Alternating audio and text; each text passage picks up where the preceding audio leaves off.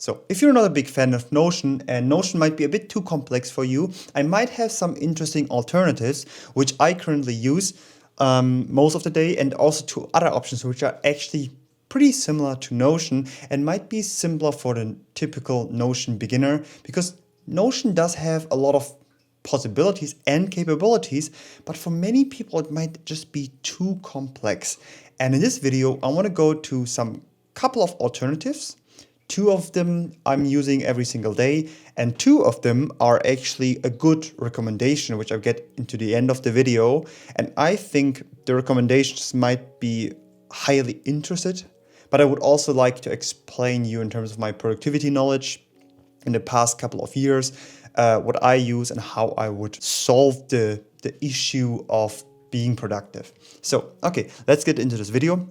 So we are in Notion, and this is my template, which I currently have or create. And this is, for example, my entire Notion space. So Notion has so many options what we can do. And I, for example, have a 12-week system. This is also my own template, which I'm currently developing, updating. It is not finished, so the pre-alpha is in the link down below.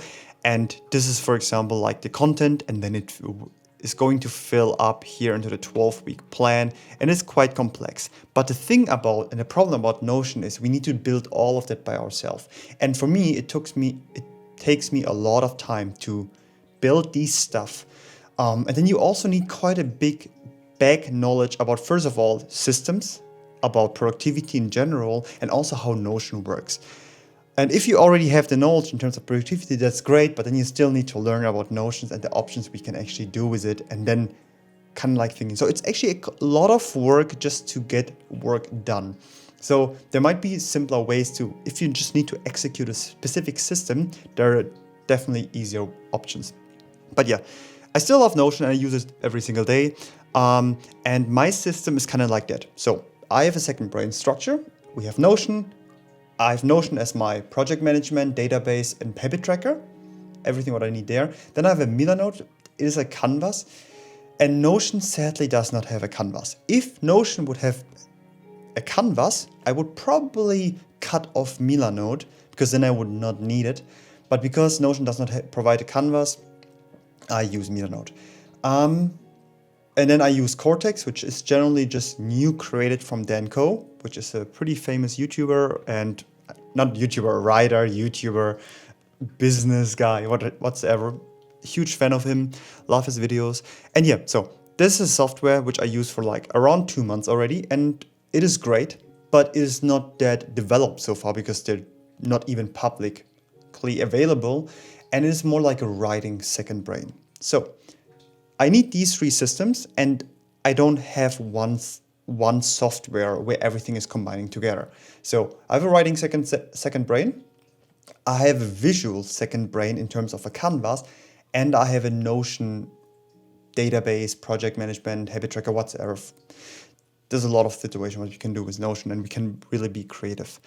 And what I would like to go quickly over is, first of all, the options what we have with Milanote. Milanote is great, and I probably need to delete that, or it's not organized yet. And with Canvas are great. It's similar like Miro. Probably most people are familiar with Miro. But there are facing a lot of limitations, especially when it comes down to writing. So a canvas is interesting if we do stuff with photography, with visual, with videos. That's great. But when it comes down to documenting, writing things down and organizing it, we need to have better systems. I use the Para method for this one, but to be organized in a canvas board, we need deeper knowledge of understanding organization and structure. So in that case, Milanote might be good for people who are a bit more organized already, which I wasn't at all in my couple past years, which I just became in the last 1 year, and that's the reason I'm doing all this productivity stuff. And I also have a digital 30-day productivity expert consulting. So if anyone is interested to learn that and become more productive in 30 days, link is down below. But yeah, otherwise, that is Milanote, and that is the only option I would recommend you to use it. Then we have Kortex. Kortex is great for writing, and I do currently all my entire newsletter stuff and my new video coming up next week. And it's about 7 simple Notion alternatives. So this is kind of like an introduction video and also more like a short way to explain a couple of alternatives and then also get into the bigger video next week, where also a newsletter is going to be uploaded on Wednesday next week. So if you're interested in getting the productivity newsletter, link is also down below, and to stay in the information field and never miss a video. But yeah, so Kortex is great in terms of like writing, and we have a lot of options and so on. We have this capture feature. It is truly a really good second brain, and it's like with this library. But the thing what it makes it actually the best in this one specific area is actually writing. So if you're not a writer or you need to do other stuff, Kortex might not be for you. Otherwise, I think writing is one of the most important things we need to do each single day. So that's the reason I use Kortex. And now coming to the most interesting part is actually what solution would I recommend you here at the end of the video. And it is actually 2 alternatives. It is Whimsical and it is Effin. Both of them are actually kind of like Notion and Canvas together. Means we have Notion as this document version of whatsoever, and we can build everything. And I feel like Notion is kind of like Minecraft and IKEA. Minecraft, I mean, with building blocks and creating your own entire software, and then you can also make marketplace it, and then you can build an entire Notion business, which I will create a specific product in a couple of next months. How to start a $0 Notion business, but I'm not finished yet. And then we have Milanote, which we also use here, and this is actually a combination of both of best worlds. And if, for example, I would recommend myself a new thing and I would not use Notion, Milanote, and Kortex together, because I love these 3 softwares, so I probably stick to it and I don't want to change all the time the softwares. But if I would start and I need one specific software which I would use to help my productivity and to do everything inside, I would probably go for Whimsical or Effin. And Whimsical was actually from a subscriber recommending it in one of the videos. I don't know the name right now. But yeah, thanks very much to him if he remembers that and sees this video.